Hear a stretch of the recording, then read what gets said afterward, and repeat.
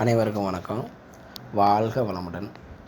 கமெண்ட்ஸில் ஒரு நேயர் கேட்டிருக்காங்க, ஐயா யார் அடுத்த முதல்வர்னு கணிக்க முடியுமா? அந்த கணிக்கிற விதியாவது சொல்லுங்களேன் அப்படின்னு ஒருத்தர் கேட்டிருக்கிறீங்க. அதாவது நீங்கள் கேட்குற கேள்வி நியாயமான கேள்வி தான். அதில் எந்த விதமான முரண்பாடும் வைக்க வேண்டியதில்லை. இப்போ இதில் நீங்கள் கேட்குற கேள்வி பார்த்தீங்க அப்படின்னா, யார் அடுத்த முதல்வர்னு கேட்குறீங்க. முதல்வர் பதவிக்கு இன்னும் 3 ஆண்டு காலங்கள் இருக்குது. 2026 தான் அதுக்குண்டான தேர்தலே வரும். இப்போ வரக்கூடிய தேர்தல் பார்லிமெண்ட் எலெக்ஷன் தானே. அதாவது பிரதமர் பதவிக்கு தான் எலெக்ஷன் வந்துட்டுருக்குது. ஆனால் நீங்கள் கேட்குறது கேள்வி முதல்வர் கேட்குறீங்க. சரி, ஓகே, ஒன்றும் பிரச்சனை இல்லை. உங்களுக்கு உண்டான கேள்விகளை நீங்கள் கேட்டிருக்கீங்க. அதாவது யார் வெற்றிமாறனா? வெற்றிமாறன் கேட்டிருக்கீங்க. வெற்றிமாறன் நல்லா சொல்லுங்க, கேளுங்க. அடுத்த முதல்வர் யார் அப்படின்றதுல பொதுவாகவே ஒரு ஜாதக ரிலேட்டடாக பார்க்கும் பொழுது நமக்கு அவங்களுடைய உண்மையான ஜாதகம் நமக்கு கிடைக்கிறது கிடையாது. நல்லா புரிஞ்சுக்கோங்க வெற்றிமாறன், சரிங்களா? இப்போ ஒரு கம்பெனி எடுத்துக்கோங்க, அல்லது ஒரு ஸ்கூலே எடுத்துக்கோங்க. ஒரு ஸ்கூலில் நிறையா ஸ்டாஃப்ஸ் வேலை பார்க்காங்க. அவங்களுக்கு அந்த ஸ்கூல்லே ஒரு தலைமை பொறுப்பில், தலைமை ஆசிரியர் பொறுப்பில் இந்த ஆசிரியர் ரொம்ப நாள் வேலை பார்க்குறாங்க அப்படின்னு சொல்லுதாங்க அப்படின்னு வச்சுக்கோங்களேன். நிறைய அதில் ஒரு 10-15 ஆசிரியர் அந்த ஸ்கூலில் வேலை பார்க்குறாங்க. தலைமை பதவியில், அதாவது தலைமை ஹெச்எம்மாக இருக்கக்கூடிய அந்த சாரு ரிட்டையர் ஆக போகிறாங்க. அந்த இடத்துக்கு ரொம்ப நாளாக வேலை பார்க்கக்கூடிய ஒருத்தரை வைக்கணும். அப்படி இல்லை அப்படின்னா ஒரு இவரை வைக்கணும், இந்த சாரை வைக்கலாம், இல்லை இந்த மேடத்தை வைக்கலாம் அப்படின்னு அவங்களுக்குள்ளேயே ஒரு தீர்மானம் போட்டிருப்பாங்க. அதுலேயும் பார்த்திங்க அப்படின்னா அதில் ஒரு 3 பேர் 4 பேர் அந்த இடத்துல அப்படி இருக்கிறாங்க வைங்களேன். அதுதானே ஒரு அப்படி தானே பார்ப்பாங்க. அப்போது அந்த 4 பேர் ஜாதகமும் நம்ம எடுத்து பார்க்கும் பொழுது அதில் யாருக்கு அந்த தலைமை பதவியை அடையக்கூடிய அமைப்பு இருக்குன்னு பார்க்குறோம் அப்படின்னா அது தெரிஞ்சிடும். அதே போல் இப்போ நீங்கள் தமிழ்நாடுன்னு எடுத்துக்கிட்டிங்க அப்படின்னா, தமிழ்நாட்டில் எண்ணற்ற கட்சிகள், ஏராளமான கட்சி தலைவர்கள் இருக்கிறாங்க. எத்தனை கட்சி தலைவர்கள் இருந்தாலும், எத்தனையோ கட்சிகள் இருந்தாலும், ஒரு குறிப்பிட்ட பேர் தான் முதல்வர் பதவிக்கு நிற்பாங்க, போட்டிட்டு நிற்பாங்க. அப்போ அந்த முதல்வர் பதவிக்கு போட்டிட்டு நிற்கக்கூடிய அவங்களுடைய ஜாதகம் நமக்கு கிடைச்சிதுன்னு வைங்களேன், இன்னார் தான் முதல்வர் அப்படிங்கிறத நம்ம ஸ்ட்ராங்காக ஆணித்தரமாக சொல்ல முடியும். நீங்கள் கேட்கலாம், சீமான் அண்ணன் இருக்கிறாரு, இப்போ விஜய் அவர்கள் கட்சி தொடங்கியிருக்கிறாங்க, அடுத்து ஏற்கனவே நம்ம பாரம்பரிய பழைய கட்சிகளான திமுக இருக்குது, அதிமுக இருக்குது, இப்போ ரீசெண்டாக புதுசாக ஐபிஎஸ் அண்ணாமலை அவர்கள் வராங்க பிஜேபி சார்பாக. அப்போ இத்தனை கட்சிகள், இன்னும் சொல்லப்போனால் அதாவது கணக்கே இல்லாத அளவுக்கு கட்சிகள் நிறையா வந்துருச்சு. இதில் யார் முதல்வர் வேட்பாளராக எல்லா கட்சியிலையும் அறிவிப்பாங்களா? இதில் மெயினான மெஜாரிட்டியான ஆட்கள் யார் எல்லாமே நீங்கள் கணக்கு போட்டு பார்த்துருப்பீங்க, சரிங்களா? ஆனால் இதில் இவர்களில் யார் முதல்வராக வருவாங்க அப்படிங்கிற சந்தேகம்தான் நமக்கு அந்த கடைசி தருவாயில் நிற்கும். அப்போது முதல்வர் பதவிக்கு போட்டியிடக்கூடிய அத்தனை பேருடைய ஜாதகம் நம்மக்கிட்ட இருந்து தெளிவாக, அதாவது நம்பிக்கைக்குரியவர்கள் நம்மக்கிட்ட கொடுத்தா மட்டும்தான் நம்ம அதை அலசி பார்க்கணும், சரிங்களா? ரைட்டு, இது ஒரு பக்கம் இருக்கட்டும். இப்போ நான் முதல்வராக, இந்த முதல்வர் பதவிக்கு அந்த பதவி யாருக்கு கிடைக்கும், அது அந்த கிடைக்கக்கூடிய நபருக்கு அந்த ஜாதக அமைப்பு எப்படி இருக்கும், எப்படி இருந்தால் கிடைக்கும், அதை நான் உங்களுக்கு நான் விளக்குறேன், சரிங்களா? உங்களுக்கு கிடைச்சா, ஒருவேளை இந்த வீடியோவே பார்க்கக்கூடிய ஒரு நபராக கூட நீங்கள் இருக்கலாம், சரிங்களா? அவங்களுக்கு இந்த விதியை வச்சு அவங்க பார்த்துக்கிடட்டும். முதல்வர் அப்படின்னால அது யாரை குறிக்கி? சிஎம் தானே நீங்கள் கேட்குறீங்க. அடுத்த முதல்வர் யாருன்னு கேட்டுட்டீங்க, அப்படி தானே வெற்றிமாறன்? முதல்வர் அப்படிங்கிறது அந்த தனிப்பட்ட நபரை மட்டுமே தான் குறிக்கி. தலைவர் அதானுங்க, தமிழ்நாட்டினுடைய தலைவர், தலைமை பதவி தலைவர். இது எல்லாமே என்ன? லக்கணத்தை முதல்ல எடுங்க. லக்கணாதிபதி எப்படி இருக்கிறாரு, லக்கணத்தோடு தொடர்பு கொண்ட கிரகங்கள் என்ன, இது தாங்க ரொம்ப இம்பார்ட்டண்டான ஒரு பாயிண்ட்டு. லக்கணத்தோடு சுப கிரகங்கள் தொடர்பு இருக்குதா, பாவக்கிரகங்கள் தொடர்பு இருக்குதா. முக்கியமாக முதல்வர் பதவிக்கு வரணும் அப்படின்னா தமிழ்நாட்டுக்கே தெரியும். அப்போ அவங்க பிரபலமாக போகிறாங்க. பிரபலத்துக்கு என்ன? 5ஆம் வீடு, 5ஆம் வீட்டு அதிபதி.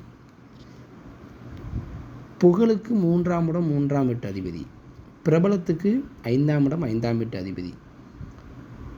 அதாவது தலைமை பதவி அப்படின்னாலே லக்கணம் வந்துடணும். ஏன்னா முதல்வர் அப்படிங்கிறது அந்த நபரை மட்டுமே குறிக்கி, அவரை மட்டுமே குறிக்கி, அவர் குடும்பத்தையோ அவருடைய பர்சனல் லைஃப்பையோ எதையுமே குறிக்காது. அவர் தலைவர்.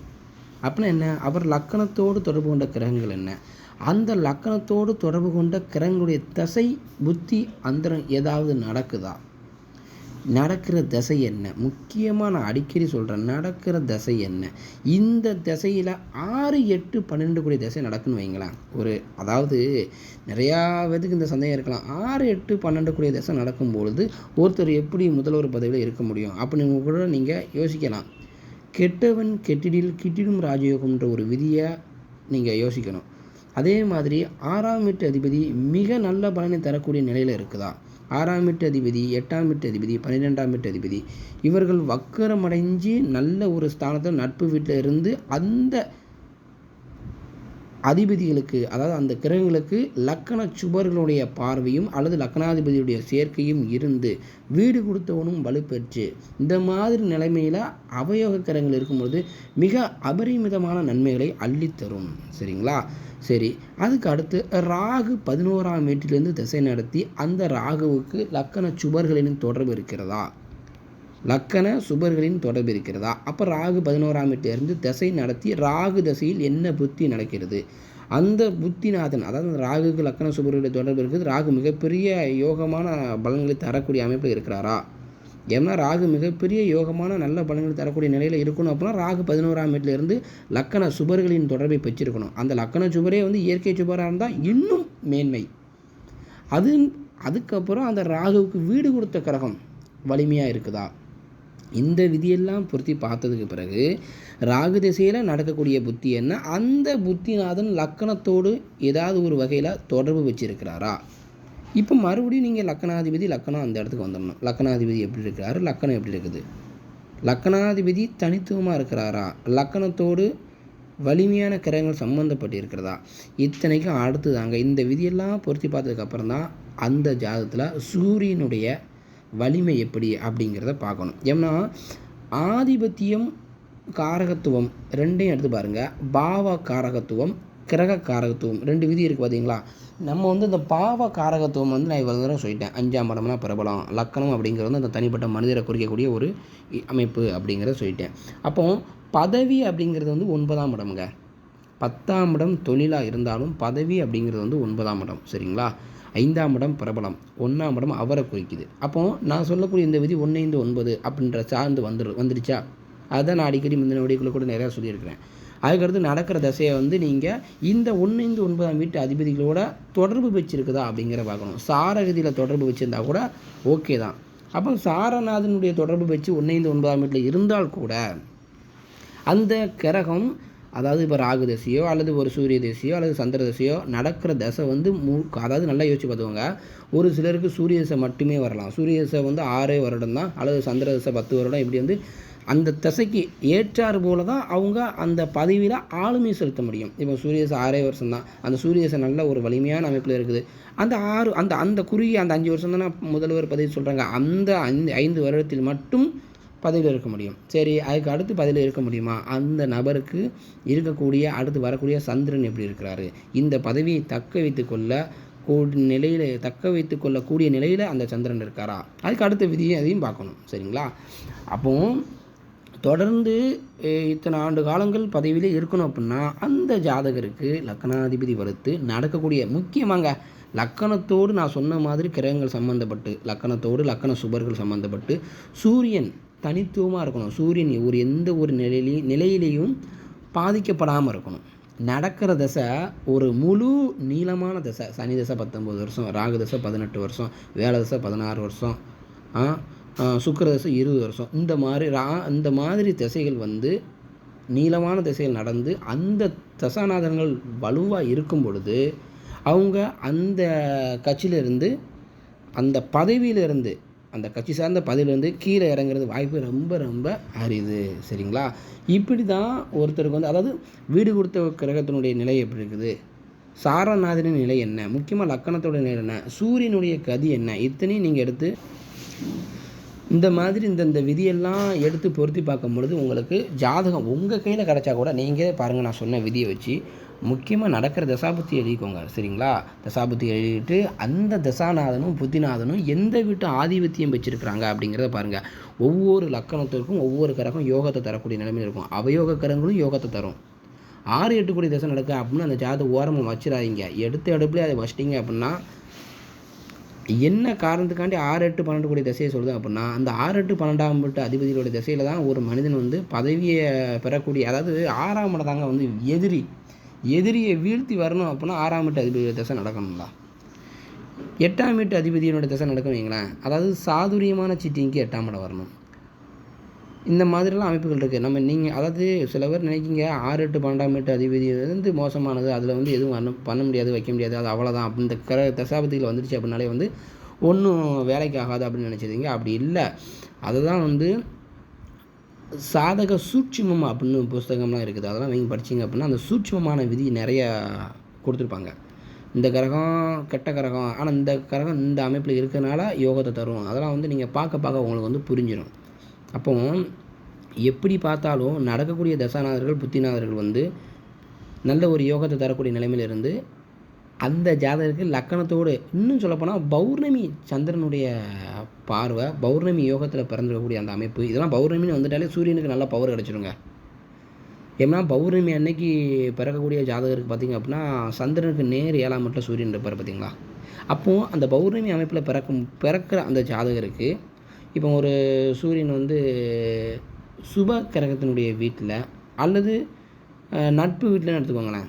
நட்பு வீட்டில் நட்பு பலம் வச்சு சூரியன் இருக்கிறாரு. அந்த சூரியனுக்கு நேர் 7ஆம் இடத்துல சந்திரன் வந்து 7ஆம் பார்வையாக பௌர்ணமி சந்திரனே பார்த்துட்டு இருக்கிறாரு. அது எந்த லக்கணமானாலும் இருக்கட்டும், சூரியனுக்கு பவர் இருக்குன்னு அர்த்தம். அவர் கட்டாயம் அரசியலில் இருப்பார். இது ஒரு சின்ன பேசிக்கான விதிங்க.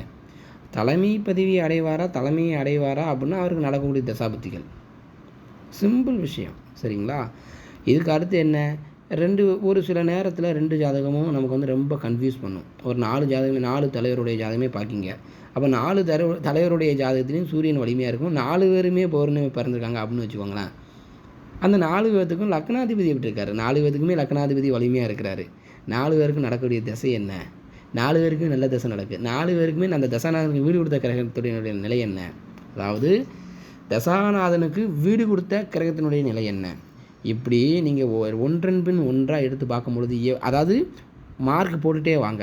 உங்கள்கிட்ட ஜாதகம் கிடச்சிது அப்படின்னா அதை எடுத்து மார்க் போட்டுகிட்டே வாங்க. முதல்ல நீங்கள் எடுத்து பார்க்கும்பொழுது 4 பேருமே பௌர்ணமி பிறந்திருக்காங்க, ரைட்டு, 4 பேருக்குமே இந்த 10 மார்க் இருக்குது.